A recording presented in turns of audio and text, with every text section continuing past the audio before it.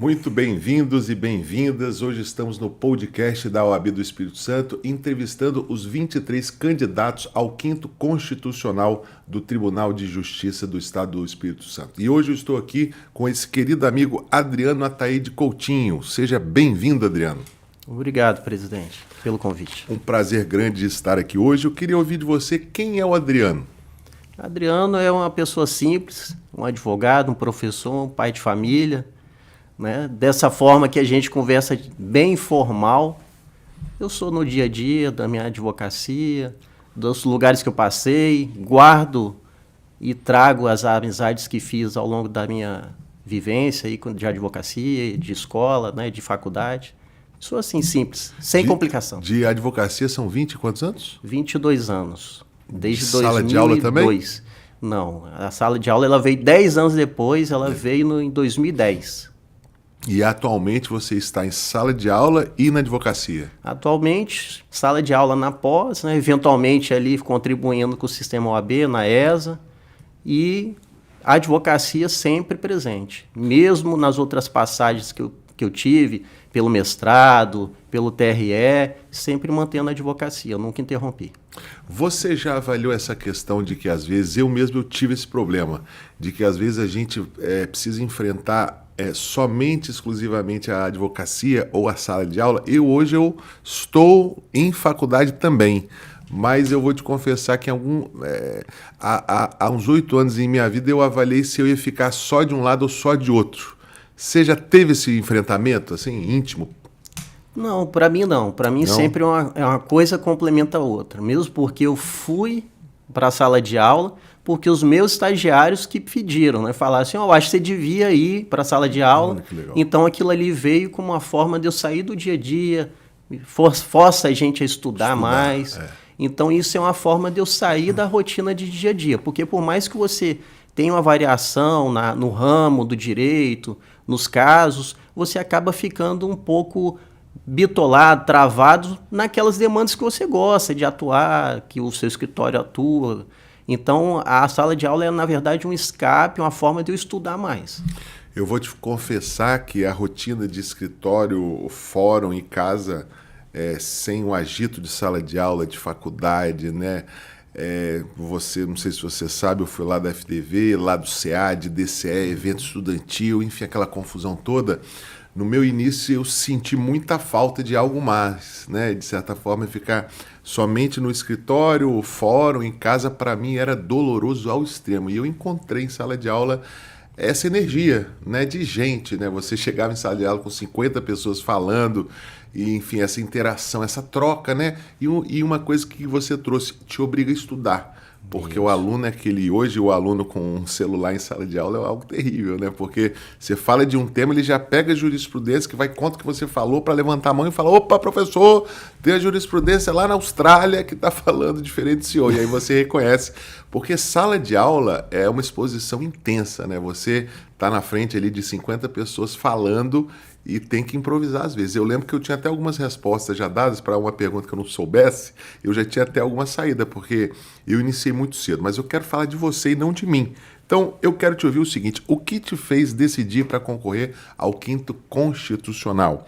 Qual sua principal motivação? Era um sonho de juventude, né? Aos 20 anos, aos 22 anos, você falou, olha, um dia, quando abrir um edital, eu quero vir a ser, ou não, ou é algo novo? Vamos lá, primeiro dia de aula, isso é engraçado. Primeiro dia de aula, o professor Gilson. A minha turma era uma turma mista, que tínhamos alunos de economia e de direito. E aí ele perguntou, na aula de introdução à ciência do direito, ele perguntou a cada um por que estava ali no banco da sala de aula, tal, na faculdade. E aí eu falei, um dia eu quero ser juiz, quem sabe desembargador. Depois que eu estagiei em fórum, tal, aí eu conheci a advocacia e eu acabei fazendo o quê? Me apaixonando pela advocacia. Aí eu apaguei da minha vida essa manifestação que foi lá no primeiro dia da sala de aula. Depois a vida me levou para o TRE, estive juiz lá durante 4 anos, e aí a minha atuação teve um feedback muito positivo, tanto dos colegas advogados que fazem advocacia eleitoral, quanto dos então colegas que estiveram ali nos momentos que eu estive no TRE. Então acabou que Hoje, a minha principal motivação foi esse feedback, esse incentivo dos colegas advogados da advocacia eleitoral e dos, então, colegas, membros do TRE, que falaram comigo: olha, Adriano, você tem um perfil que atende ao que se espera de um magistrado. Então, acabou que esse hoje é o meu principal motivo, que acabou me remontando ao primeiro dia de aula. Basicamente é isso. Você lá no TRE, porque na verdade o advogado, ele via de regra, ele é um sujeito parcial.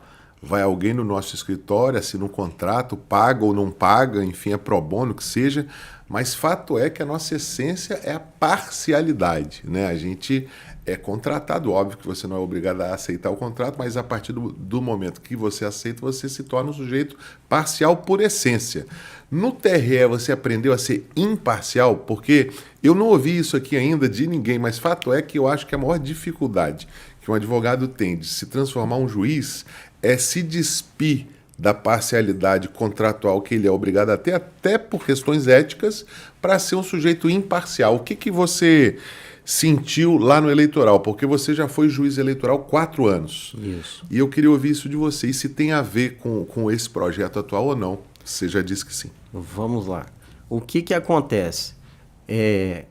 O olhar de advogado parcial, ele faz, pelo menos no meu caso, ele fez que eu tivesse uma atenção muito precisa nos detalhes. Então eu ouvia tanto a parte autora quanto a parte requerida e não ficava só restrito àquilo ali. Eu sempre estudava qual era a consequência daquela argumentação de A e de B para o caso concreto. Então eu procurei fazer o quê? Eu, com olhar de advogado, de parcialidade, é impossível a gente não ter um pré-julgamento, ainda que não definitivo, mas a gente, sim, todo ser humano, ele pré-julga as questões que são apresentadas. O Henrique Kerkhoff, na sentença de Edna, já nos trazia isso, né? Isso. E aí o que eu fazia? A partir daquela primeira impressão, eu ia investigar. E aí, com o estudo, eu conseguia chegar na conclusão. E muitas das vezes isso é interessante porque a gente vê no TRE, que é um tribunal com a composição heterogênea, que muda direto, você vê como que o quinto constitucional ele influencia na mudança de jurisprudência, na evolução. E se a gente pegar no STJ, no Supremo, também as grandes mudanças vêm a partir de um olhar de alguém que advogou, que vem pelo quinto, né? Que vem pela vaga da advocacia, mas sobretudo aquele que advogou. E aqui eu incluo também aquele magistrado de carreira que no passado efetivamente advogou, né? Não aquele que fez uma carreira lá policial e depois evoluiu e fez um concurso de juiz, né? Então isso é muito interessante. Isso me levou a ver que julgar não é fácil, mas a gente tem como conviver com isso e o principal, entregar algo que seja útil para aquele caso em concreto que vai desaguar lá na sociedade. Então é muito importante a gente ter essa noção que tudo que é feito ali no julgamento, ele tem um impacto direto na vida de alguém ou de várias pessoas, né? Então isso, eu acho que para mim, para o julgador é essencial. Saber que aquele peso da caneta, ele tem um impacto direto. E isso só é possível, na minha visão, de forma plena, para quem que veio da advocacia. Perfeito. Bom, sobre a sua trajetória profissional, né? Qual a parte da sua carreira que mais te orgulha até aqui? A primeira causa de sua vida, você se lembra? A minha primeira causa, por incrível que pareça, foi uma causa da sua área. É mesmo? Uma ação, olha só. Foi uma reclamação trabalhista. Todo mundo nasce lá, né? A minha primeira audiência como advogado foi uma audiência trabalhista em Cachoeiro de Itapemirim. Meu Deus. E a primeira petição que eu assinei como advogado foi uma reclamação não gostou, trabalhista. Né, Adriano? Eu era reclamante. Você não gostou, né? Não. Mudou logo, né? É uma área que eu particularmente não enveredei, né? Mesmo porque eu estagiava no escritório que a parte maior das demandas, do consultivo, era da área civil, né? Um grande escritório aqui de Vitória, então trabalhei lá 10 anos. Então, por conta da influência, né? Desde o meu estágio e também do estágio quando eu estive lá no Poder Judiciário voluntário, de forma voluntária, também foi em vara civil. Então, acabei enveredando pela área civil, que é algo que eu convivia. Assim como eu escolhi o exame de ordem, fazer a área civil, a segunda fase no direito civil, porque é algo que eu tinha vivência diária, né? É muito natural para mim. O seu pai te inspirou nisso? Porque assim, o meu pai é juiz, né, aposentado, igual o seu, de certa forma, os dois com OAB, obviamente para ajudar os filhos também, o seu e o meu, mas fato é que ele me inspirou muito. O meu nome, inclusive, ele é idêntico, José Carlos Risque Filho. Então, você teve esse problema, vamos dizer assim, ou não? Não. Meu pai ele sempre deixou a gente muito livre para decidir. Vontade. Tanto eu quanto a minha irmã, muito livres. O que inclusive, ele critica, assim, por que você só foi para a área civil, empresarial, e não procurou expandir, né, as atividades para direito do trabalho, para penal, principalmente. Porque ele, antes de ser magistrado, foi advogado. E aí ele fazia tudo, interior, né? Rodava, fazia né? tudo. Então ele fala, olha, o trabalhista é aquele que sai honorários todo dia, toda hora. Às vezes sai pouco, mas sai. Pinga, O né? civil você fica 20 anos e às vezes, igual tem uma demanda que Contrato eu trabalho, de êxito, tem 25 então, né, anos. Contrato de êxito, né? Mas aí terrível. meu pai ele sempre deixou a gente muito livre, assim, para decidir. Nunca deu Não pitaco. houve essa influência, não, né? Não. Pessoal sua houve, assim, vendo ele lá... Sim, claro. De certa forma, na época que eu influencia comecei diretamente. na faculdade em 97, ele era juiz de vara civil. Ele era juiz de Ele vara é juiz de vara civil, uma vara pesada que é a 7ª Vara Civil de Vitória. Né? Um acervo grande. Então eu era voluntário lá com ele, depois rodei em algumas varas. Nas férias eu estagiava em varas criminais para também ver um outro ramo do direito. Mas sim, eu tenho que dizer que influenciou. Mas ele fala ele que não, não, por né? ele não. Por ele Ele gostaria que eu fizesse quase tudo dos ramos do direito, e por ele eu teria que abordar lá no escritório. Eu sei o que é isso, fique tranquilo. Bom, qual foi o maior desafio que você enfrentou na advocacia e como você lidou com ele? O meu maior desafio, eu costumo dizer que eu enfrento até hoje, que é a administração, a parte de administrar um escritório. Hoje até a gente tem o curso de direito, né, orientando como que você vai fazer a administração do escritório, mas na minha época a gente não tinha essa noção, não tinha essa orientação. Então, na minha época, na sua, que a gente entrou na faculdade, a gente não tinha aula de administração. Tinha uma aula geral no primeiro ano, mas não era específica para gestão de escritório. Então, isso é um grande nem desafio. Nem isso eu tive, tá, Adriano? Nem isso eu tive. Não tive, assim, uma gestão, eu não tive, não. Então, para mim, é muito difícil fazer a gestão de escritório. A questão de saber que você tem conta para pagar todo mês, a receita, fazer a administração de tempo. Para mim, ainda mais hoje com muita tecnologia, né? A gente acaba ficando disperso no excesso do uso da tecnologia. Então, isso, para mim, é um desafio que é diário. Eu costumo falar que ter conta às vezes é bom, né? Porque quando eu iniciei a minha advocacia, eu tinha um problema em apresentar o custo do honorário. Nossa, eu tinha uma vergonha terrível em falar para o cliente que ele ia ter que me pagar 5, 10 mil, 15 mil. Eu tinha uma vergonha imensa, né? E eu vejo que muito advogado tem esse problema também.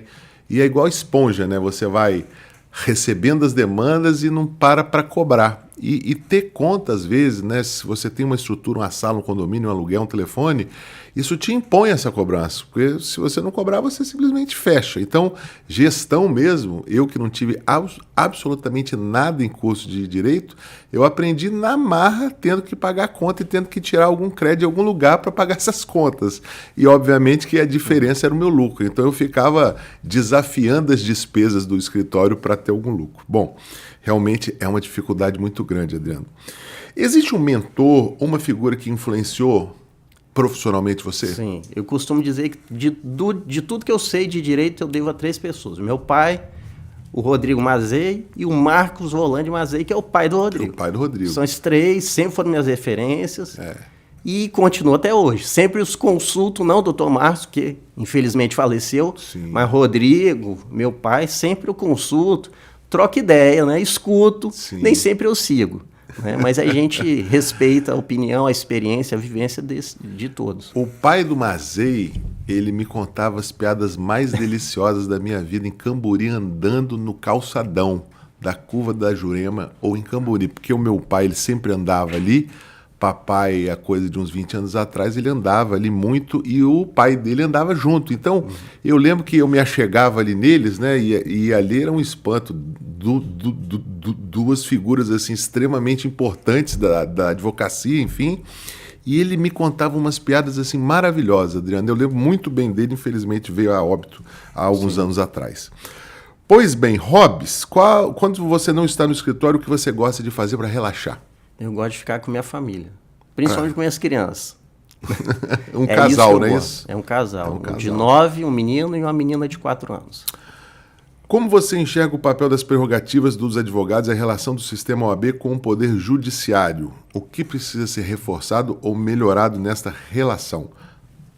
Vamos lá. Primeiro tem que fazer justiça aqui, elogiar a sua gestão, que é a primeira vez que nós temos um sistema de prerrogativas que tem um núcleo de prerrogativas composto por 5 advogados contratados, fora o mar de colegas voluntários que atuam ali na comissão de prerrogativas.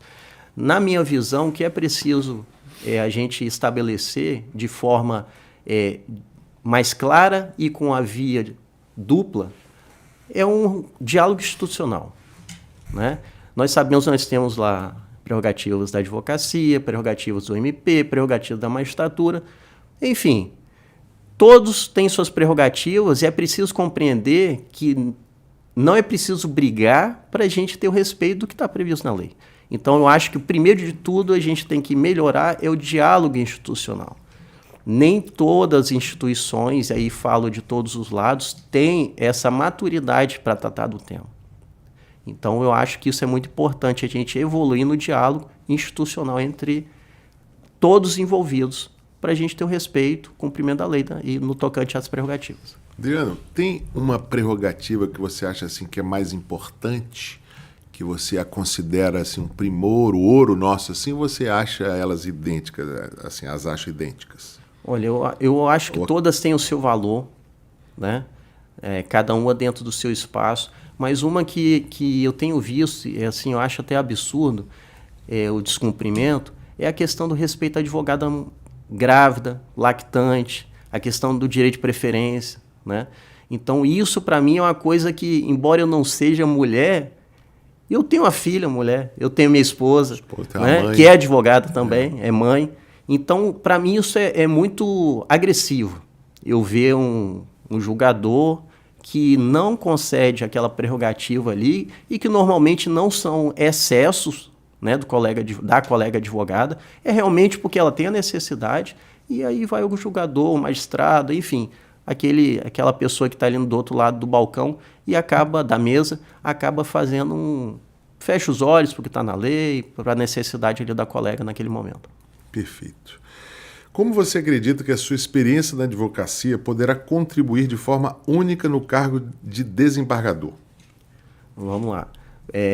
Primeiro, eu sou um advogado, né, que tem uma vivência da advocacia tanto aqui da capital, porque meu escritório está aqui em Vila Velha, né, na Grande Vitória, e segundo, porque tenho uma vivência de advocacia também no interior do estado, porque já tive escritório em São Mateus, já tive um ponto de apoio em Cachoeiro de Itapemirim. Legal, então, não sabia disso. Então, essa vivência da advocacia, das realidades do interior e da capital, para mim, são muito importantes. E vivência, quando eu falo, é de efetivamente pegar, ir lá e advogar, não é fazer aquela advocacia de correspondência que também a gente tem como fazer, mas aquela de que não, pegava o carro, ia lá, né? Exato, ia visitar o cliente, ia fazer inspeção em loco. Esse é o primeiro ponto. E o segundo ponto é a questão da minha vivência lá como julgador. Então, a experiência que é válida, que os resultados foram entregues, são muito positivos, né?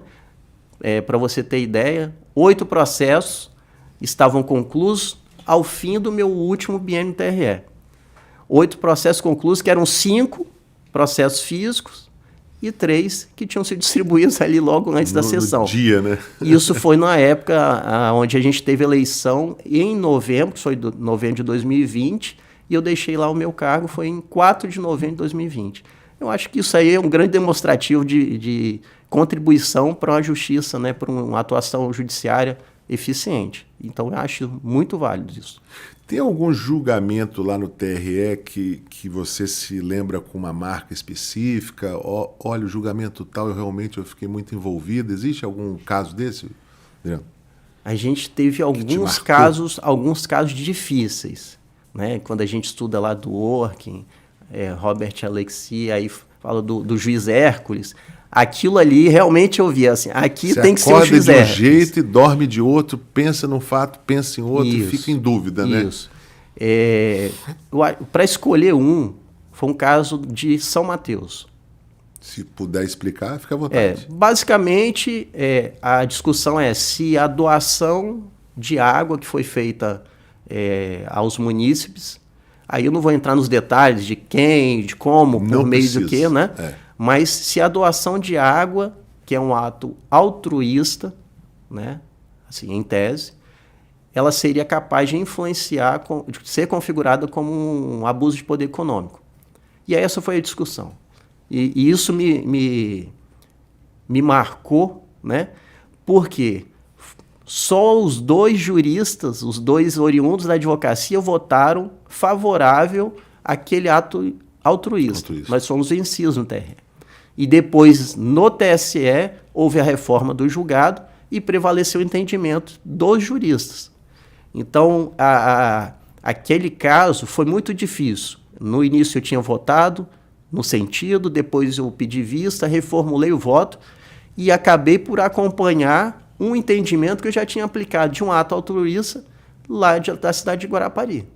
Sim. É claro que numa complexidade e de tamanho, de volume, muito menor do que esse lá de São Mateus. Sim, sim. Mas foram casos, assim, foi esse caso, eu acho que foi o mais emblemático e mais me deu dúvidas, né, como ser humano. Interessante esse caso, e o que eu acho mais triste é a gente achar que tem alguém que tem que dar água, né, para uma outra pessoa, porque na verdade ela é tão essencial que é até difícil a gente imaginar que tenha gente ainda no Espírito Santo que necessite de água, que na verdade a gente tem aqui na Grande Vitória de forma plena. Você abre, né, a torneira e tem água lá, você bebe água, sim, enfim. Foi uma situação específica. Surpreende, lá, né? Surpreende bastante.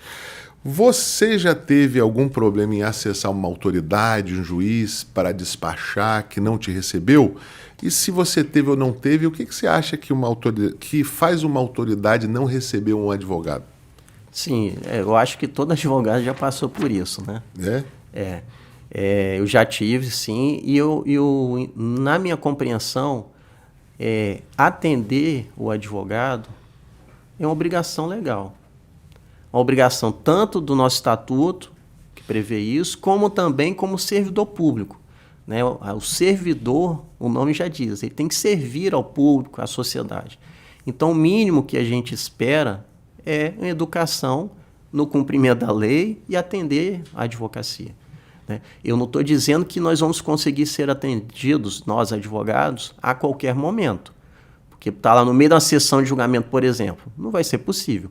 Mas no momento que é viável, com razoabilidade, eu entendo que sim, deve cumprir, deve atender, até mesmo porque eu quando estive magistrado, às vezes eu estava com a decisão pronta, já, porque eu era muito rápido, né, para decidir, principalmente as liminares. E aí vinha um pedido de atendimento, uma solicitação. Você já tinha decidido já? Eu já estava com a decisão pronta. Mas quando vinha esse pedido de ser atendido, eu esperava para escutar. Porque às vezes poderia ter alguma situação que eu não tinha considerado, que me faria mudar o entendimento. Inclusive, teve uma solicitação sua. É verdade, bem você lembrado. Despachou comigo em um processo que eu já estava com o voto pronto. E aí eu peguei e fui e falei, não, vou atendê-lo, porque pode ser que eu tenha que ajustar alguma questão aqui. Bem lembrado. Foi. Quando essa autoridade não te recebeu, o que você fez, assim? Qual foi o sentimento seu? Porque eu acho importante que a grande massa da advocacia, nós somos em 26 mil, às vezes acham assim que o Risco, o Adriano, alguns nomes não sofrem as agruras que a gente sofre. E é muito bom a gente ouvir alguém que diga que já teve esse problema também, né? Um filho de um juiz que eu sou, que você é, que é o que a gente vive realmente, né? Eu queria ouvir de você, o que você fez, você se sentiu mal, porque eu acho que para um desembargador ter uma carreira na advocacia, sendo do quinto ou não, ela é muito boa essa experiência em razão da humanidade que traz a gente, da gente conseguir entender e exercitar uma empatia com aquele outro que está do outro lado. O que você fez ali, Adriano? E tem gente que nunca aconteceu isso, tá? Tem gente que fala que nunca aconteceu. Eu realmente... Eu só estou insistindo porque eu ouvi de amigos que dizem que não. Olha, eu sempre fui atendido. Comigo isso já aconteceu. Vamos lá, eu acho que tem duas categorias, né? Um que já aconteceu e o outro que é mentiroso. Mas... Muito bom. Mas o que aconteceu comigo foram situações de não atendimento de forma indireta. Vou dar um exemplo, e relativamente recente. O assessor falou que o desembargador não estava acessível. E aí depois, eu fui atendido em outra oportunidade, e antes de iniciar o despacho, a entrega de memoriais, né, as questões processuais, eu fiz o registro perante a autoridade. Olha, eu tive aqui tal dia, tentei ser atendido e fui impedido pelo seu assessor. E a autoridade recebeu de forma muito positiva. Falou assim, bom você me falar que eu vou orientar melhor a minha assessoria. Que bom. Então, essa foi uma situação recente. Tive outras situações que eu coloquei no papel. Fiz uma petição dizendo que tentei despachar, entregar memoriais, tal, e me fui impedido, não consegui. Então, que estava ali registrada a questão. E aí depois, em outro momento, as autoridades perguntaram, mas esse dia aconteceu? Deve ser porque eu não estava podendo atender. Então, sempre de forma indireta, sempre tinha um intermediário ali impedindo o cumprimento daquela tarefa de advogado. Muito bom. Celeridade processual é um tema muito importante também. A celeridade é uma questão central no judiciário. Como você enxerga o equilíbrio entre velocidade e qualidade das decisões? A gente vê que às vezes existem em lotes uns despachos, intime-se a outra parte, né? É óbvio que é importante você impulsionar o processo, mas o mérito ele é importante também. O que você pensa disso? Como equacionar celeridade e qualidade? Vamos lá. Um dos efeitos deletérios do processo é o quê? É o tempo. Isso é fato. Isso aí não é novidade para a gente, né? Mas eu entendo que um olhar pontual para cada demanda te permite entregar rapidez e com qualidade. A gente tem que buscar o equilíbrio. Eu não posso pegar e só atender números do CNJ, por exemplo, por atender, que não é um critério de qualidade, é de quantidade, né? Eu tenho que entregar qualidade e quantidade. Lá no TRE eu fiz isso. Tanto que, muitas situações, os colegas tinham um entendimento, quando eu pedia vista, ou quando eu dava um voto contrário, ensejavam um pedido de vista, ou retirar o voto para aguardar qual seria o meu entendimento. Por quê? Eu costumava já vir com o processo estudado. Quando o processo eletrônico é fácil a gente fazer isso, né? Que a gente acessa antes. Mas processo físico, na época, às vezes não conseguia. Então, tudo que eu conseguia implementar para facilitar a agilidade, exemplo, eu pedi de vista em mesa, que eu fazia muito, e aqui não é questão de eu estar só falando, você pode pegar lá no YouTube, entrar lá no site do TRE, no YouTube do TRE, você vai ver o registro das sessões ficam gravadas. Né? Gravado. Eu fazia isso para dar agilidade e qualidade no julgamento, não deixar escapar. Muitas vezes eu nem era o relator, eu fazia esclarecimentos sobre a questão, sobre a inaplicabilidade de determinado argumento do colega advogado na tribuna. Por quê? Eu ia estudar, eu estudava os processos antes de um julgamento. Então, acho que a gente tem que conciliar rapidez com qualidade, um equilíbrio, analisando caso a caso. No atacado, sempre vai ter um efeito que não vai ser desejado em um ou outro processo. Principalmente quando você não enquadra de modo homogêneo, né, a questão. É óbvio que assim, existem as questões de matéria tributária, às vezes, que você alcança, né, essa homogeneidade. De certa forma, você enquadra em um lote, em um grupo, em algo específico. Agora, quando a gente lida com situações de fato, né, de direito civil, até a minha área é muito difícil você ter situações idênticas, né? É muito difícil realmente você dar um julgamento em lote. Infelizmente, hoje a gente vê às vezes, alguns enquadramentos que são feitos de modo equivocado. Até lá na OAB, esses dias eu tive um julgamento lá que eu falei, gente, olha, mesmo que pareçam os mesmos casos, aqui tem uma nuance específica e dá trabalho, né? Você precisa estudar, você precisa ler, você precisa se debruçar. Visão de futuro, Adriano, o que você considera ser o maior desafio do Tribunal de Justiça hoje e como pretende ajudar a resolvê-lo? Vamos lá, eu acho que o maior desafio do tribunal hoje é ter uma ampliação ou mudança do pessoal. É pessoal. Eu acho que o problema ali do Tribunal de Justiça, não é o problema, mas a solução é você ter servidores que estejam adaptados à realidade de um processo eletrônico e servidores capacitados para manejar as ferramentas, né? Hoje, na minha visão, a gente tem, não todos, mas alguns servidores que ainda pensam como se fosse um processo físico. Uma coisa simples. Às vezes eu vejo lá um ato, eu já vou e me antecipo. E o servidor vai lá e publica uma intimação como se eu não tivesse feito já a petição do manifestante. Então, eu acho que a gente tem que conciliar melhoria de pessoal adaptado à tecnologia que a gente tem disponível, que é o processo judicial eletrônico. Eu que ando muito o Espírito Santo, Adriano, acho que você anda bem também. A gente ouve muito no interior cidade sem juiz, né? A gente ouve muito essa questão, até às vezes até de aniversário. Ó, tem 10 anos aqui, eu vou encomendar um bolo que tem 10 anos aqui no sul, na cidade X, que não tem juiz. Isso tem resolução? Como o tribunal ele pode se reinventar? Ou a solução é somente o aumento de quadro? O uso da tecnologia aliado ao quadro. Quando eu falo servidor, eu incluo aí o desembargador, o juiz, o analista, é todo mundo. Lato sensu, lato sensu. Isso. Perfeito. Impactos da tecnologia no judiciário. A tecnologia tem mudado de forma como operamos o direito. Qual a sua visão sobre o uso de inovações no judiciário? IA, programa, sistema, chat GPT, enfim... Você usa essas coisas também? Eu, particularmente, eu sou muito interessado com tecnologia, né?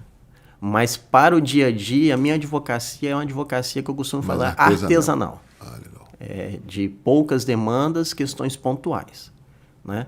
No judiciário, eu vejo com bons olhos, mas sempre com o ser humano controlando, conferindo. Eu acho que esse é o caminho. Inclusive, essa semana eu fiz um curso da OAB São Paulo junto com a empresa de tecnologia nacional, né? Não vou falar o nome aqui para não fazer o jabá, mas tem até convênio com a nossa OAB. Pode ficar à vontade. Jus Brasil. Jus Brasil. Que é... Luiz Paulo, abraço grande, amigo querido, fundador. Da Jus Brasil. É amigo meu, engenheiro. Então. Ele não é advogado, sabia? É? O fundador da Jus Brasil. Bom, mas ele tem uma equipe boa. Tem uma equipe boa. Do ele é jurídico. engenheiro. Mas eu fiz um curso de AI generativa aplicada ao direito. E aí, o que ficou muito marcado foi o quê? A gente pode fazer uso da tecnologia, mas sempre controlando, conferindo, para evitar, porque a gente ainda tem espaço para o chamado delírio da tecnologia, da inteligência artificial. Eu já ouvi falar. Explica aí, Adriano, o que é isso? Vamos lá, delírio... Pouca gente sabe. Delírio que eu já vi. Você pede ela para elaborar uma peça, por exemplo, dar os prompts, os comandos corretos, e aí você pede, existe uma jurisprudência sobre isso? Aí dá a hipótese, e ela pega e te apresenta a jurisprudência. Te dá número, fala que é do STJ, e aí... Como você tem que fazer uma conferência, você vai lá no STJ, o número existe, mas o conteúdo da ementa é totalmente diferente. Atenção, advocacia, atenção, cidadãos do Estado do Espírito Santo. Delírio é quando a IA ou a AI seja delírio, ou seja, traz fatos, fundamentos, números, decisões inexistentes. Tem muita gente que não sabe que existe isso. Existe. O delírio existe. Então, por favor... Não caia em delírio associativo com essas inteligências. Por quê? Porque o magistrado não vai querer indagar se foi o chat que fez isso ou não. Ele vai falar que foi você, porque foi você que assinou a peça. Então, delírio, exato. O professor, o advogado Adriano, trouxe aqui de modo muito claro que é uma falha substancial das IAs. Então, isso pode com que se faça com que a gente incorra em um erro grosseiro e, às vezes, até interpretação de má fé.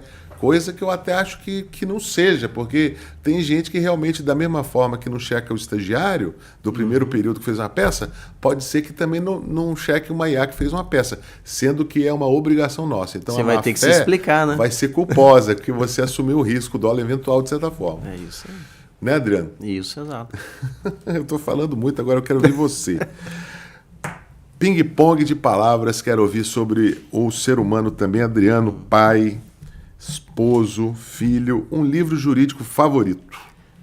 Não é propriamente jurídico, mas envolve judiciário. Os 11, do Felipe Recondo. Um jurista que você admira? Pontes de Miranda. Um lugar para relaxar? Minha casa, Praia da Costa. Que delícia, hein? Em frente ao mar? Isso é bom. Enxergo o mar da minha varanda. Qualidade profissional? E eu acho que eu sou muito honesto com o que é combinado.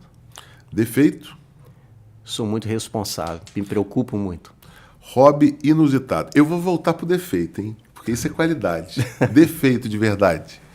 Não, eu acho que a responsabilidade em excesso ela né? acaba sendo defeito. Perfeito, entendi. A gente acaba não alcançando a perfeição e aí nunca está É satisfeito. aquele prazo que você tem que dar entrada, que deu 10 da noite, você não terminou, que você acha que você pode melhorar. 23h59. É, né? Mas deu às 10, você acha que você não fez o suficiente, vai chegando aquela ansiedade.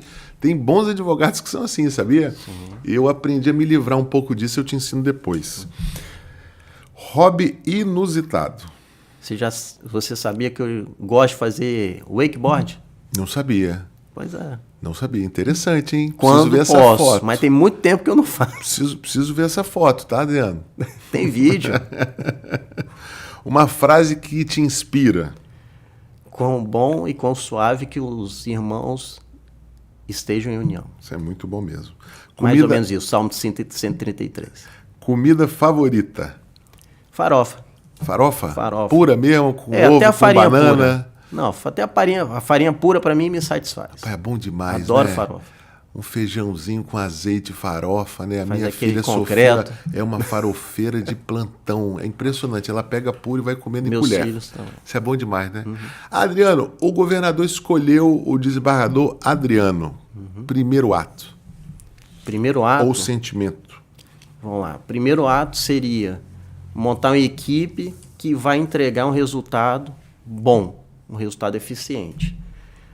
E um compromisso que eu já fiz e reafirmo. Se for nomeado, todo acervo de processo que estiver concluso, ele vai ser despachado. Aí, quando eu falo despachado, é julgado, é com voto ou decidido, ou despacho de mero expediente, ou decisão, ou um voto.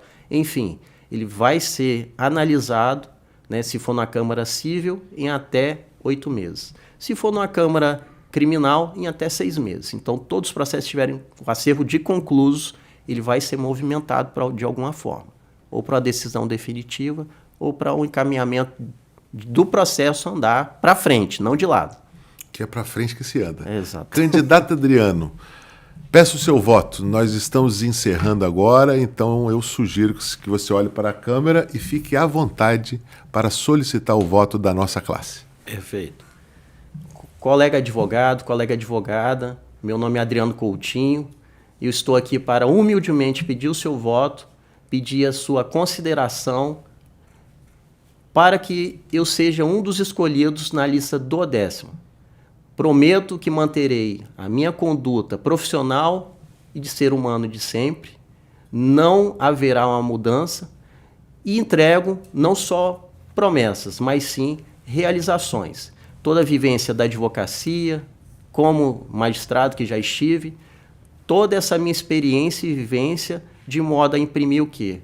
Um resultado útil, rápido, célere e, sobretudo, respeitoso. Conto com o seu voto e com o seu apoio.